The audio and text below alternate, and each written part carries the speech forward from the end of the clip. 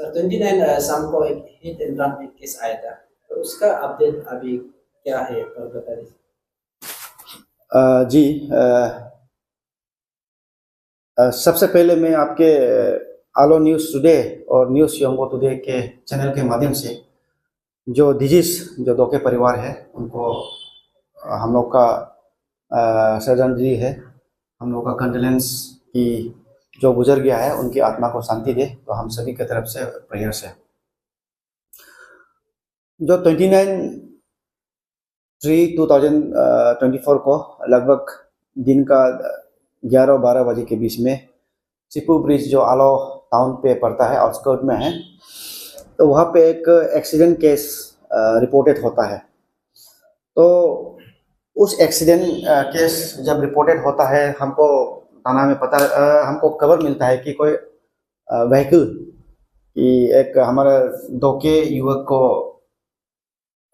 Vehicle से मारकर hit and run फरार हो गया करके। तो उस विषय में तुरंत ही हमारे ओसी ने कार्रवाई चालू किया। तो ऐसे करके उनको हम सीसीटीवी फुटेज के माध्यम से वो व्हीकल को पहले तो हमने आइडेंटिफाई किया, उसके बाद हमने कोरोबरेट किया विटनेस लोग से। तो बाद में हमको उस गाड़ी का नंबर्स मिलता है, उसके बाद में उसके चालक को भी हम आइडेंटिफाई करता है। तो इन द मीनवाइल जो डिजीज है उस समय में जो हमारा डिजीज टेंतो दो के, तो उनको जनरल हॉस्पिटल आलो में एवोकेट कर दिया गया है उनके जो साथी से और उनके साथी ने। तो वहाँ से वहाँ पे पहुँचने के बाद में पता चलता है कि डॉक्टर के द्वारा कि वो कोमा में चला गया है। तो इसीलिए उनको वहाँ पे आपके असम मेडिकल कॉलेज डिब्रूगढ़ पे उनको रिफर करता है, तो वही रातों रात उनको वहाँ पे भेज दिया जाता है।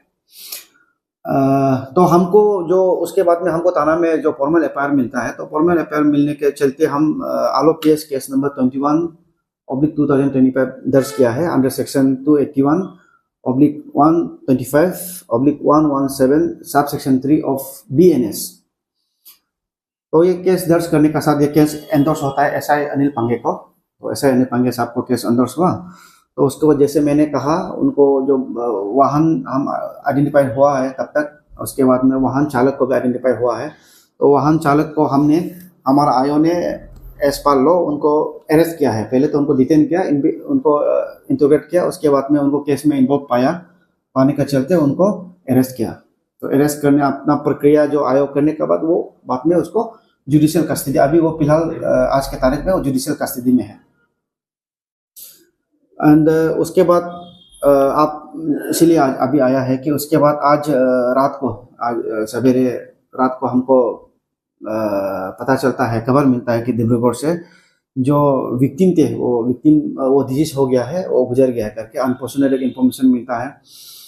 तो उसका चलते फिर फैमिली वाला भी आया हमारे पास में, आप सुना भी होगा थाना में सवेरे काफ़ी आया है। तो सबसे बात किया, विचार विमर्श किया। उसके बाद हमारे जो इन्वेस्टिगेशन जो आयो ने आज तक 29 शाम से लेकर अभी तक जो इन्वेस्टिगेशन किया है, जो उन्होंने सीसीटीवी फुटेज जो देखा है, जो उनको मिला है इन्वेस्टिगेशन में जो सीज किया है उसका चलते, और जो आई विटनेस है उनके चलते, और ये फैक्ट कि जो उस समय में विक्टिम थे वो गुजर गया, वो डिजीज हो गया करके, ये 3 फैक्ट का चलते हम हमारा जो आलो पीएस केस नंबर 21/2025 में 103 sub section 1 BNS murder case को हमने इनकॉर्पोरेट किया, आयोग ने इनकॉर्पोरेट किया। उसके बाद हमने CGM chief judicial magistrate first class को भी इंटीमेट किया, उन्होंने भी एक्सेप्ट किया है।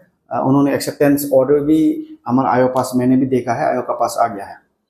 तो इसलिए हम अभी केस जो हमारे 281, 125, 117 सबसेक्शन 3 के चलते जो केस दर्ज हुआ है, आज दो दिन के बाद में हम उनको मर्डर केस में तब्दील कर दिया है। एंड हम मर्डर केस के लिए जो भी हमको सबूत चाहिए, जो भी एक हमको एविडेंस कलेक्ट करना है, वो आयोग कर रहा है। तो ये है। और लास्ट एक हम डिटेल में वो आपके हमारे पास तो नहीं है, बट हमने सोशल मीडिया में देखा है बहुत सारा डिमांड भी थे फैमिली वाला का। तो मैं समझता हूँ कि उन फैमिली वाला को जितने भी वो डिमांड सोशल मीडिया प्लेस किया है, अदरवाइज भी हमारा ये तो काम है कि हम जो फैक्ट है वो सामने लेकर आना या कानून कोर्ट के सामने लेकर जाना। तो हम उसी राह पे चल रहा है।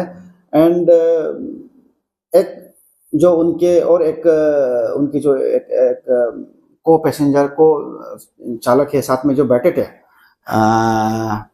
सॉरी इसके एक्यूज के, उनको भी अभी अभी अभी आप देखा होगा, अभी लेकर आया है, उनको भी हमने हिरासत में लिया है। उनसे भी हम पूछताछ करेंगे। उसके पूछताछ करने का जो आगे का कार्रवाई हम उनके ऊपर भी करेंगे।